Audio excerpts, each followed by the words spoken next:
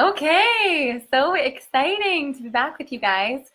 It's been quite a week. I've been sick, as I'm sure a lot of you have been, and just working on taking care of myself, which can be hard when life is like crazy. So it's so good to be with you guys. Welcome back to Clarity with Claire. I'm so excited to continue our topic from last week. Again, how eating healthy and exercise is only 50% of the equation for weight loss, and why how you eat is more important than what you eat. Hi! Oh my gosh, so cool to see you, Leah. So today we're going to talk about how engaging the senses and enjoying your food can help you lose the weight. Hi! Can help you lose the weight, increase your energy, and resolve digestive issues without changing anything you eat. You can eat, utter cookie dough. Hey, Sneha, so good to see you. Even though I wouldn't recommend that. So again, I've had so many clients who've come to me. They've said, I'm frustrated, I'm confused, I'm eating healthy, I'm taking care of myself, I'm exercising. Why am I still having these problems? Hey, Brian! So good to see you guys. Why can't I lose this extra weight? And, last week I shared that stress causes the body to hold on to weight, and that stress is a huge factor in why we cannot lose those last 15 pounds. No matter how healthy we eat or how much we exercise, the secret to losing weight is to relax. And I shared the first 4 of the 7 powerful practices to turn off the stress response and turn on the relaxation. Hey, Pamela! So good to see you. So we talked about last week the 20-minute meal, extending your meals to 20 minutes, setting a timer, slowing down, emotional brain training, scanning the body to check in with your emotions and digest those emotions before you actually eat and digest food. And you can look at this in the last video, but then putting your fork down between bites and breathing between bites. So go ahead. Oh my gosh. Hey, Jeff. Yes, Pamela. Yes, Pamela says, I need to relax. I need to relax too. Today is one of those days. I was eating healthy, but I've been craving pancakes a lot. So I've been eating pancakes, and I never do that. I'm like starving for them. And I think it's because I've just been not allowing myself pancakes. And now I'm like eating them, and I just have cookie dough. I feel like it's for my soul, but I'm feeling a little jittery now that I had all that. If you guys have done that, type me. Okay, so if you're joining now, leave a comment. Let me know you're there. And if you're watching the replay, let me know because I'd love to hear from you. So today's tool which is to chew your food and eat with your senses in order to lose weight, to enjoy your food. So lots of health experts talk about mindful eating. Yes, Leah. Mindful eating. And what's interesting about that term is that the brain is actually always eating and craving food. Take a second to think about that. The brain is just as much part of the weight loss and fullness response as the body. Fascinating. So the Harvard Health blog, we mentioned this quote earlier in the last video. I want to bring it back. It says that research suggests that leptin, which amplifies the signals to enhance the feeling of fullness, also interacts with the neurotransmitter dopamine in the brain to produce a feeling of pleasure after eating. I know this is a lot, but just when you eat quickly, your body doesn't have the time to go through its natural signaling process, which involves your variety of hormones and feedback loops between your gut and your brain. So these hormones that tell you when you've had adequate food are produced while you're eating, but it takes a bit of time for this to occur. So the theory is that by eating too quickly, people might not be giving this intricate hormonal crosstalk system enough time to work. So scientists seem to agree that it takes your brain about 20 minutes to communicate with your body to say when enough is enough. Yeah, so there's lots of stuff here, but leptin, and I'm only just going to talk a little bit about the sciencey stuff as I do in every video, but leptin is not only there for you when you've had enough, it also produces this feeling of pleasure by interacting with this neurotransmitter dopamine. And when people eat too quickly, they're not giving that hormonal crosstalk enough time to work. They're also, you're not knowing, when you're full, but they're getting the feeling of pleasure when the brain is craving after eating. Isn't that fascinating? So when the crosstalk system doesn't work and the brain doesn't experience pleasure from eating, the brain actually says, oh, eat more, right? So lots of times our lives are so busy that eating just seems like another thing we have to do, right? Like for a lot of us, we just ignore food.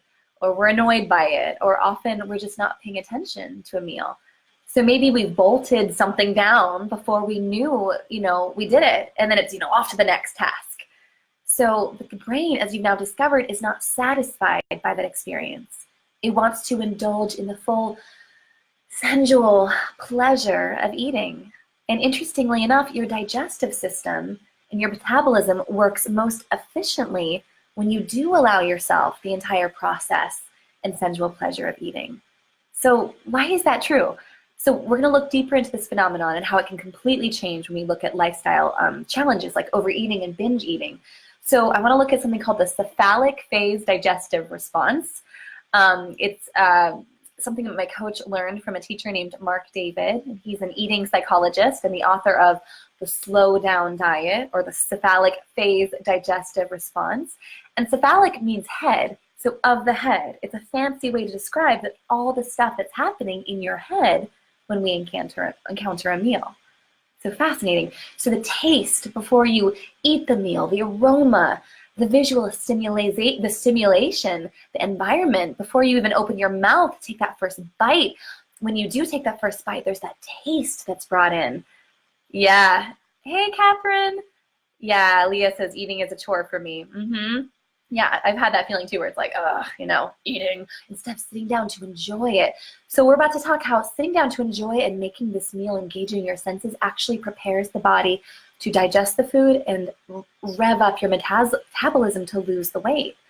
So, there's that taste. It's fascinating. Researchers have estimated that as much as 30 to 40% of the total digestive response of a meal is in response to the cephalic phase digestive response. What? So our total awareness of and presence in the eating experience is in how we are smelling the meal beforehand, preparing ourselves for the meal. So the more we're aware and present while we're eating, that affects our total digestive response by 30 to 40%. It's amazing. And you probably think, of examples for this to be true for you. Like, your favorite meal might be the traditional American Thanksgiving. And then you can recall the smell of the stuffing and the mashed potatoes cooking in the kitchen. And maybe when you smell it, your mouth started watering and your stomach starts churning and your body is already preparing to digest that meal. That's your cephalic phase digestion getting going and preparing the saliva, your digestive enzymes, sending blood to your digestive organs. So by the time you take your first bite, your body's ready. So the takeaway is this: if we're not present and aware of the eating experience, like, I don't know if you've ever done this, but have you ever had a bag of chips and then you get to the bottom and you're like, whoa, where's that whole bag gone? How did that happen? And hi, Tavia. And when that happens, when you get to the bottom of the bag, if this happened to you, click, type in me, and you're not sure how that happens. When that happens, you're actually missing 30 to 40% of your digestive power. Hi. Hey, Melissa. So you're missing 30 to 40% of your digestive power when you're just plowing ahead, just eating mindlessly. You're decreasing that nutrient absorption, slowing down your metabolism. So here's the kicker, though. The brain, because of that cephalic phase digestive response, still wants to eat. So even after you've eaten pizza and all this, could be total crap and garbage or whatever, you're mindlessly eating, even after all that, it still craves that full sensual experience of eating. So if you haven't given yourself that sensual experience, you're going to still be hungry, even when you're stuffed. So the other thing is the cephalic phase digestive response needs to experience, oh my gosh, I'm all dry, that full experience of a meal. Because otherwise it can't really accurately assess the meal, how much is coming in, and then catalyze the most effective digestive force. So when we aren't engaging that cephalic, then the brain registers hunger. Like, wait, I didn't eat, I need more, even if you've had an entire pizza. Thanks, Tavia. Oh my gosh, today is sick week. So go ahead, if you're joining now, leave a comment, let me know you're there. Hey guys, today's topic is engaging the senses and enjoying your food, how that can help you lose weight, increase your energy, and resolve digestive issues without changing anything you eat. And so all this puts a new frame on binge eating and overeating, and it causes us to ask, is it really a problem with binging and overeating, or is it a problem of presence and awareness? So like if one of my clients suspects she has an overeating problem, and if that's one of you, I'm still working on my own inner eating issues. If that's you, put me into the chat or put a heart. But if one of my clients thinks she has an overeating problem, I want to suggest that actually she might have an under-awareness problem, which is pretty easily solved. So the more awareness and presence that you are, bringing to a meal, the less you need to eat, no matter what that food is. And the less awareness and presence that you bring to each meal, the more you need to eat. So this is one of the many reasons why these 7 secret tools for how to eat that I'm giving you each week can improve your health without changing anything you eat. Yes, Leah. Okay, Leah says, I crave sweets. So we're going to go through soon ways to chew food. Hey, Nicholas. We're going to go through in a second ways that you can chew your food and also scrape your tongue in order to taste the sweetness of the food and get more sweetness out of your meal so you don't eat more sweet things and crave less sweet things. So here are some quick tips for increasing your sensual experience of eating a meal, which is going to help you slow down and lose weight. So sight, of course, is one of our senses. It's just about savoring the colors of your food. Hey, Adam. Savoring the colors of your food, all the beauties of what's to come. So you're looking at your meal from the earth, the rain, the sun. You smell the food, get present to your food.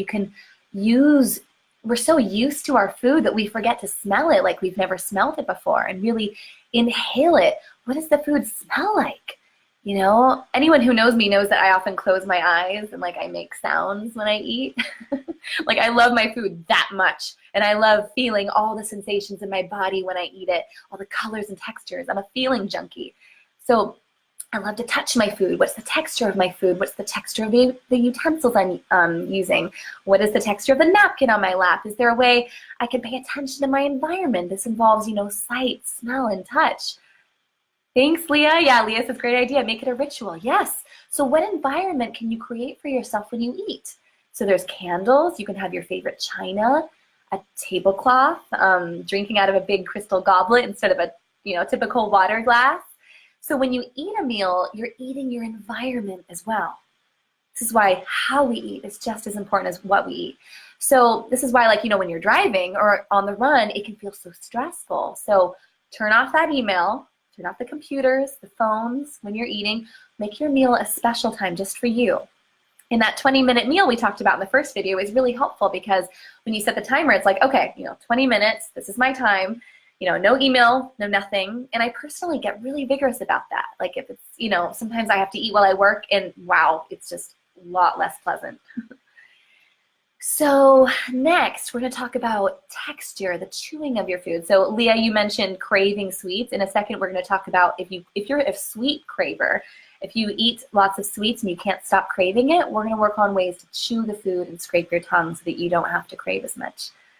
Leah says, I can't remember the last time I was actually present and savored my meal. I know, I totally understand that. Even though I say this is for me too. I say this to you guys and deep down it's I need to hear this too. So yeah, okay, so texture. So chewing your food is about 30 chews. So we'll talk about chewing in a moment, but noticing the texture of the food, letting yourself breathe while you're chewing, remember last week, and pampering yourself when you eat. So even if you're alone, you might have kids or you have dinner early, maybe your partner or your spouse doesn't come home till late and you think, oh, I just have to make a bowl of cereal. You might think, why? It's just for me. I go through all the trouble of having some kind of beautiful meal. This is an excellent question, and I would like to ask in return, who better than to treat so luxuriously and lovingly than yourself? Even if, you're just having dinner is a bowl of cereal, maybe you put in your best bowl. Maybe you have a lovely glass or your favorite spoon, or you set your timer and you're enjoying the meal. Yeah? So, all right. So now on to the importance of chewing. Chewing is a surprisingly powerful and often ignored part of the digestive process. And it's interesting, Dr. Mercola, we talked about him last time, he's at Harvard. Most people chew and swallow their food without thinking about it, and it's almost an unconscious reflex. And inadequate chewing shortchanges your nutrition because digestion begins in the mouth. Isn't that crazy? So the chewing process is actually extremely important step in digestion. It makes it easier for your intestines to absorb the nutrients from your food as they pass through. And carbohydrate and fat digestion. Hey, Greg, so nice to see you. Carbohydrate and fat digestion begins in your mouth. So inadequate chewing, when you don't chew your food enough, more than 30 times, causes foods to pass through your GI tract without being properly broken down. So nutrients are just wasted. So, and you've already seen, chewing is important in helping you maintain a healthy weight because of its natural portion control. Yeah, so here are some fun chewing tips for sweet cravings. Who here, yes, Leah says, I love Dr. Marcola. He's fantastic. So who here has sweet cravings all the time? Today, as I was mentioning earlier, I had like 6 pancakes today and then cookie dough. I was having one of those days. Yep. So one thing we pretty much heard in this Mercola article, but it's worth mentioning again, that carbohydrate digestion begins in the mouth. So it means that the more you chew a complex carbohydrate, like a grain or a squash, the sweeter they get. Because enzymes in your saliva are breaking down the complex carbs into sugars, and they're releasing more nutrients, of course, for maximum absorption. So if you have sweet cravings, or if you have someone who with sweet cravings, then chewing those complex carbohydrates is going to help scratch that craving itch. So I'm just noticing there's like, need to clean that camera. So yes, Brian says, I crave sweets. Yes, oh my gosh. So yes, and if you're joining now, leave a comment, let me know you're there. Today we're talking about how engaging the senses and enjoying your food can help you lose weight, increase energy, and resolve digestive issues without changing anything you eat. So the other thing that's really interesting with chewing and the taste of food is that you enhance the taste of food if you use something called a tongue scraper. So this is something that I learned about in my health coaching training. And the tongue scraper, or sometimes called a tongue cleaner, it's a little tool that dates back to ancient times in India for their Ayurvedic tradition of medicine. And it was developed by the Hindus. And this tongue scraper gives all kinds of benefits. It clears toxins, bacteria from the mouth. It removes the coating on the tongue that can lead to bad breath. I mean, if you suffer from bad breath, chronic bad breath is caused by, too much bacteria right here, and also if you have too much protein in your diet. Fascinating. So other side cool benefits is that tongue scraping enhances your sense of taste. So when you clear off that, the deep deposits on your tongue, you're basically all that, goop. You're basically resensitizing your taste buds to enjoy the subtler taste of foods. So it's great for resolving sugar cravings. My cat being really funny. Sugar cravings, because when you're a sugar addict, like I have been in my life, and you're eating Ben & Jerry's late at night, a strawberry is not that exciting to you. But when you give up sugar, like for a year, and then you have a piece of fruit, it's mind-boggling. It's just, and a strawberry like blows your head off because your taste buds are resensitized. So that tongue scraper helps in that process. So you don't want to have, you don't want to have to give up sugar for a year. You can if you want to, but you don't have to. So the other thing that's really neat is because the tongue is really sweet and fresh, the sensitive after tongue scraping, it makes, kissing more fun. So what? Leah and Brian. So you can find tongue scrapers in the dental aisle of your local drugstore, and it's right by the toothbrushes, the toothpaste, the floss. So if all you do is you just give yourself a few swipes in the morning and at night after you brush your teeth, you can test this out with yourself. And you don't want to scrape too hard. You do it gently, and you can tell a couple of scrapes and you'll clear everything off your tongue, and you'll know, when it's time to stop. Yeah. So these are just a few fun tips about chewing and about sensitizing, Leah, your taste buds, and it can help resolve sugar cravings. So yes. So digestion also becomes so much more efficient when you chew your food. So, and what you're going to notice is that when you're actually chewing helps your body feel lighter. And this is really important for my clients who want to lose weight, or they have a lot of tension, their body's really tight, because what they want is that experience of lightness. So we get that when we focus on chewing. So yeah, we're going to wrap this up in just a second. If you guys have any last minute questions, this has been a fabulous little talk with you guys. I love meeting every Tuesday and seeing you all. You guys are also fabulous. So to get in the habit of chewing, you want to try chewing each bite of food at the beginning of your meal at least 30 times. So the first time you do this, it can seem like a lot, but it's kind of fun. You can have like a chewing contest with your spouse, like, you know, who can have the most chews. But you're training yourself, and you don't have to always do like 30 times, but you're just kind of training yourself more than, you know, to chew more than you otherwise would. And remember, you also want to put your fork down and breathe between bites. Help practice that. And even if you only have like 5 minutes for a meal instead of like 20, you can almost, you know, use chewing as a meditation and just let it relax you and sort of focus on that. So, and that way you're going to enjoy so many tastes and aromas. And, you know, when you, Leah says Brian has a big mouth. Yes, he'll need a big tongue scraper. Maybe get him a nice, colorful pink one. Favorite color. My favorite color is pink.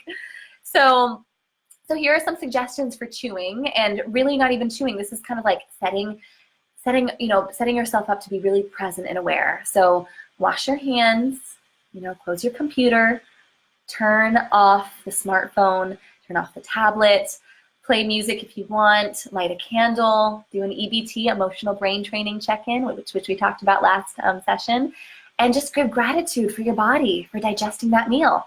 Set your timer for 20 minutes or as much time as you have for that meal, and then during the meal, you breathe, which is going to help, again, increase the your metabolism, and take a bite, put your utensil down. My brain today is like, oh. Chew slowly. You can practice, you know, just swallow, breathe, and just repeat. And you repeat that until you're 80% full. Aw, happy Valentine's Day, Leah.